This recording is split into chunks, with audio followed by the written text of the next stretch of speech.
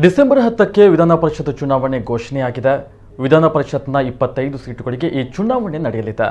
ಕರಾವಳಿಯಲ್ಲೂ ಚುನಾವಣಾ ಕಾವು ಜೋರಾಗಿದೆ. ಬಿಜೆಪಿ ಈಗಾಗಲೇ ಪಕ್ಷ ನಿಲ್ಲಿಸುವ ಅಭ್ಯರ್ಥಿಗಳನ್ನು ಗೆಲ್ಲಿಸಲು ರಣತಂತ್ರಗಳನ್ನು ಮಾಡಿದೆ. ಈ ಹಿನ್ನೆಲೆಯಲ್ಲಿ ಜಿಲ್ಲೆಯ ಕಾರ್ಯಕರ್ತರನ್ನು ಹುರಿದುಂಬಿಸಲು ಮತ್ತು ಅಭ್ಯರ್ಥಿಯನ್ನ ಮತದಾರರಿಗೆ ಪರಿಚಯಿಸುವ ಉದ್ದೇಶದಿಂದ ಇಂದು ಮಂಗಳೂರಿನ ಅಡ್ಯರ್ ಗಾರ್ಡನ್ನಲ್ಲಿ ಬಿಜೆಪಿಯ ಜನಸ್ವರಾಜ್ ಸಮಾವೇಶ ನಡೆಯಿತು. ಕೇಂದ್ರದ ಮಾಜಿ ಸಚಿವ ಡಿ.ವಿ. ಸದಾನಂದಗೌಡ ಅವರು ದೀಪ ಬೆಳಗಿಸಿ ಉದ್ಘಾಟಿಸಿದರು.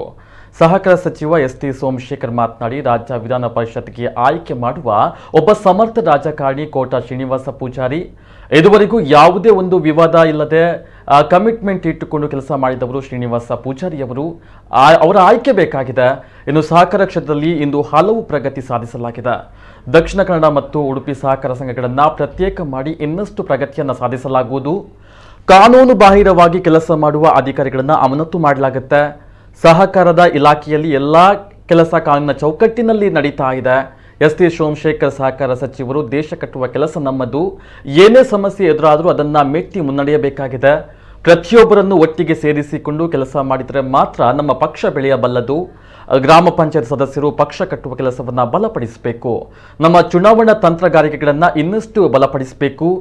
ಸ್ವಾಭಿಮಾನ, ಆತ್ಮನಿರ್ಭರ ಭಾರತ ಗಟ್ಟಿಯಾಗಬೇಕು ಎಂದು ಮಾಜಿ ಮಂತ್ರಿ ಡಿ.ವಿ. ಸದಾನಂದಗೌಡ, ಮಾಜಿ ಮಂತ್ರಿ ರಾಜನಾಯಕರಾಗಿರುವಂತಹ ಈಶ್ವರಪ್ಪ ಅವರ ನೇತೃತ್ವದ ತಂಡ ಉಸ್ತುವಾರಿಯಲ್ಲಿ ಈ ಜನಸ್ವರಾಜ್ ಸಮಾವೇಶ ನಡೆಯಿತು.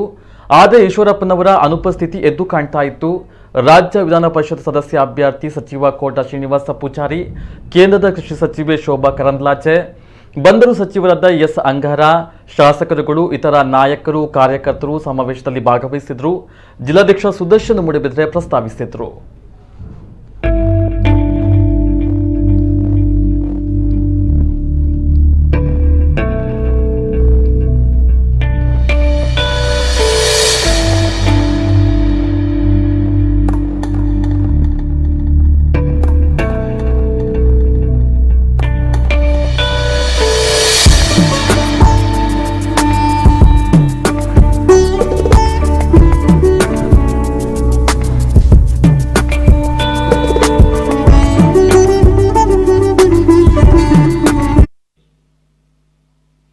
ನನಗೆ ಮಂಗಳೂರು, ಉಡುಪಿಲಿ ಅನೇಕರು ಶಾಸಕರು ಕೂಡ ಒತ್ತಡ ಮಾಡ್ತಾ ಇದ್ದಾರೆ.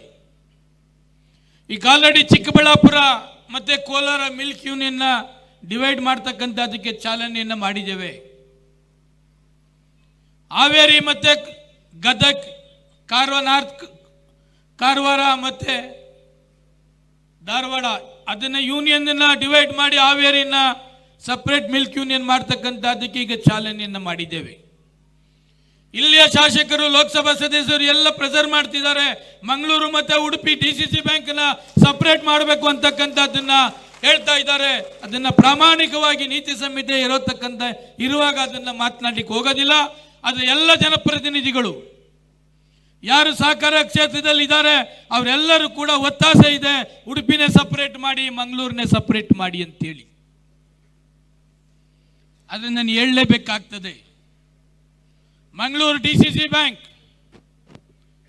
ನವೋದಯ ಗ್ರಾಮೀಣ ಟ್ರಸ್ಟ್ ಅಂತೇಳಿ ಮಾಡಿರ್ತಕ್ಕಂಥದ್ದು ನಾನೇನು ಅಬ್ಜೆಕ್ಷನ್ ಮಾಡ್ಲಿಕ್ಕೆ ಹೋಗೋದಿಲ್ಲ.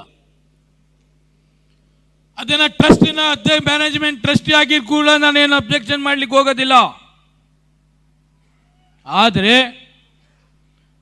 ಆ ನವೋದಯ ಗ್ರಾಮೀಣ ಟ್ರಸ್ಟ್ಗೆ ಡಿಸಿಸಿ ಬ್ಯಾಂಕಿನಲ್ಲಿ ಅವಕಾಶವನ್ನು ಕೊಡ್ತಕ್ಕಂಥದ್ದು ಕಾನೂನು ಬಾಹಿರ. ಏನು ನವೋದಯ ಆ ಟ್ರಸ್ಟ್ಗೆ ಡಿಸಿಸಿ ಬ್ಯಾಂಕಿನ ಹಣ ಪ್ರತಿ ತಿಂಗಳು 19 ಲಕ್ಷ ಅದು ವರ್ಗಾವಣೆ ಮಾಡ್ತಾರಲ್ಲ, ಇದು ಕಾನೂನು ಬಾಹಿರ. ಇಲ್ಲಿ ಅಧಿಕಾರಿಗಳಿಗೆ ನಾನು ನಿಮ್ಮ ಮುಖಾಂತರ ಹೇಳಲಿಕ್ಕೆ ಇಷ್ಟಪಡ್ತೇನೆ, ಯಾವ ಅಧಿಕಾರಿ ಇದಕ್ಕೆ ಇಲ್ಲಿಗಳಿಗೆ ಸಪೋರ್ಟ್ ಮಾಡ್ತಿದ್ದಾರೆ, ಮುಂದೆ ಇರ್ಬೋದು ಹಿಂದೆ ಇರ್ಬೋದು, ಯಾರನ್ನು ಕೂಡ ಟಾಲರೇಟ್ ಮಾಡಲ್ಲ ಸಹಕಾರ ಇಲಾಖೆ ಅಧಿಕಾರಿಗಳು. ನಾವು ಸಹಕಾರ ಮಂತ್ರಿಯಾಗಿ ಯಾವ ಎಷ್ಟೇ ದೊಡ್ಡವರಿರಲಿ, ಯಾರ ಹೆಸರನ್ನೇ ಹೇಳಲಿ, ಕಾನೂನು ಬಾಹಿರವಾಗಿ ಮಾಡ್ತಕ್ಕಂಥ ಯಾವ ಸಹಕಾರ ಕ್ಷೇತ್ರದಲ್ಲಿ ಇರ್ತಕ್ಕಂಥ ಎಷ್ಟೇ ವರ್ಷ ಅಧಿಕಾರದಲ್ಲಿರಲಿ, ಅಧ್ಯಕ್ಷರಿರಲಿ, ಪೊಲಿಟಿಕಲ್ ಬ್ಯಾಕ್ ಗ್ರೌಂಡ್ ಇರಲಿ, ಬೇರೆ ಬೇರೆ ಇರಲಿ, ಅವರಿಗೆ ಮಟ್ಟ ಹಾಕ್ತಕ್ಕಂಥ ಅಧಿಕಾರಿಗಳು ಈ ಮಂಗಳೂರಿನಲ್ಲಿ ಇರಬೇಕಾಗ್ತದೆ.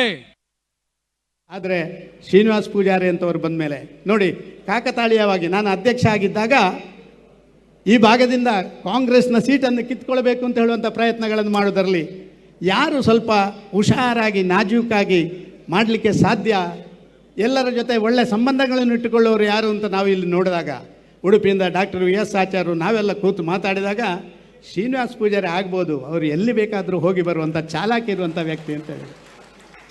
ಬೆಳಿಗ್ಗೆ ಫೋನ್ ಮಾಡಿದವರಿಗೆ ಫೋನ್ ಮಾಡಿದರೆ ಅವರು ಫೋನ್ ರಿಸೀವ್ ಮಾಡಿದ್ರು, ಸಾರ್ ನಾವು ಬೇಡ ಸರ್, ದಯವಿಟ್ಟು ಬೇಡವೇ ಬೇಡ. ಇದೇ ಶ್ರೀನಿವಾಸ್ ಪೂಜಾರಿ ಹೇಳಿದ್ದು, ದಯವಿಟ್ಟು ಬೇಡವೇ ಬೇಡ ಸರ್, ನಾನು ನಾಮಿನೇಷನ್ ಹಾಕಲ್ಲ ಅಂತೇಳಿ.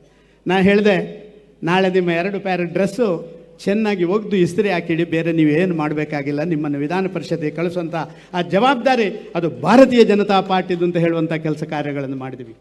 ಅದರ ನಂತರ ಚುನಾವಣೆಯಲ್ಲಿ ಕೂಡ 2 ಜನ ಹಾಕುವಲ್ಲಿಗೆ ಮತ್ತೊಬ್ಬರು 3ನೇವರ ಹಾಕಿದರು. ಆ 3ನೇವರನ್ನು ಹೋಗಿ ತೆಗೆಸುವಂಥ ಕೆಲಸ ಕಾರ್ಯಗಳನ್ನು ಮಾಡಿ ಮತ್ತೆ ವಿಧಾನಸಭೆಗೆ ಹೋದರು. ನಾನು ವಿಧಾನ ಪರಿಷತ್ತು, ನಾನು ಮುಖ್ಯಮಂತ್ರಿ ಸ್ಥಾನದಿಂದ ಕೆಳಗಿಳಿದ ಮೇಲೆ ವಿಧಾನ ಪರಿಷತ್ನಲ್ಲಿ ವಿರೋಧ ಪಕ್ಷದ ನಾಯಕ ಆಗಿದ್ದೆ.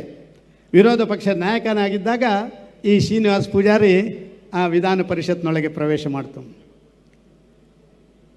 ಪಂಚಾಯತ್ ರಾಜ್ಯದ ಯಾವುದೇ ವಿಚಾರಗಳು ಬಂದರೆ ಇವರಿಗೆ ಹಿಂದಿನ ದಿನ ನಾಳೆ ಇಂಥ ವಿಚಾರಗಳ ಬಗ್ಗೆ ನೀವು ಮಾತಾಡಬೇಕು, ಸದಸ್ಯರ ಬಗ್ಗೆ, ಪಂಚಾಯತ್ನ ಬಗ್ಗೆ ಒಂದು ದೊಡ್ಡ ಇದಾಗಿತ್ತು. ನಿಮಗೆ ಗೊತ್ತಿರಬೇಕು, ಯಾವುದಾದ್ರು ಒಂದು ಪಂಚಾಯತ್ ಸಭೆಗೆ 3 ಸರಿ ಹೋಗದಿದ್ದರೆ 3 ಸರಿ ಹೋಗಿದ್ರೆ ಅವನ ಸದಸ್ಯತ್ವ ರದ್ದು ಮಾಡುವಂಥದ್ದಲ್ವಾ, ಸದಸ್ಯತ್ವ ರದ್ದು ಮಾಡುವಂಥ ಒಂದು ಕಾನೂನನ್ನು ತರುವಂಥ ಪ್ರಯತ್ನ ಮಾಡಿದರು.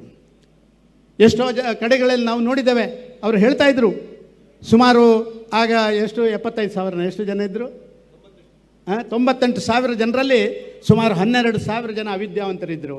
ಅವರಿಗೆ ಯಾವಾಗ ಮೀಟಿಂಗು, ಕೆಲವು ಕಡೆ ಮೀಟಿಂಗು 12 ಕಿಲೋಮೀಟ್ರು 10 ಕಿಲೋಮೀಟ್ರ್ ನಡೆದು ಹೋಗುವಂಥದ್ದು, ಇವರದೆಲ್ಲ ರದ್ದು ಮಾಡುವಂಥ ಕೆಲಸ ಅದು ಆಗಬಾರ್ದು ಅಂತ ಹೇಳಿ, ಸಾಧಾರಣ ಅವರು ಮಾತಾಡುವಾಗ ಯಾವಾಗಲೂ ಒಂಟಿ ಕಾಲಲ್ಲಿ ನಿತ್ಯ ಮಾತಾಡೋದು ಶ್ರೀನಿವಾಸ್ ಪೂಜಾರಿ, 2 ಕಾಲಲ್ಲಿ ನಿಲ್ಲೋದಿಲ್ಲ. ಅಂದರೆ ಅಷ್ಟು ಅಗ್ರೆಸಿವ್ ಆಗಿ, ಅಷ್ಟು ಗಂಭೀರತೆಯಿಂದ ಮಾತಾಡುವಂಥ ಕೆಲಸ, ಕೇವಲ ಮೇಜಿಗುಟ್ಟಿ ಮಾತಾಡುವಂಥದ್ದಲ್ಲ, ಆ ವಿಚಾರವನ್ನು ವಿಮರ್ಶಾತ್ಮಕವಾಗಿ ಮಾತಾಡುವಂಥ ಒಬ್ಬ ಸಜ್ಜನ ರಾಜಕಾರಣಿ. ಎಷ್ಟೋ ಸಂದರ್ಭದಲ್ಲಿ ನಾನು ನೋಡಿದ್ದೇನೆ, ಆ ವಿಧಾನಸಭೆಯಿಂದ ಇವರು ನಡ್ಕೊಂಡು ಕೆಳಗೆ ಬರುವಾಗ ಕೆಲವರಿಗೆ ಗೊತ್ತೇ ಆಗಲ್ಲ ಇವರು ಮಂತ್ರಿ ಅಂತೇಳಿ.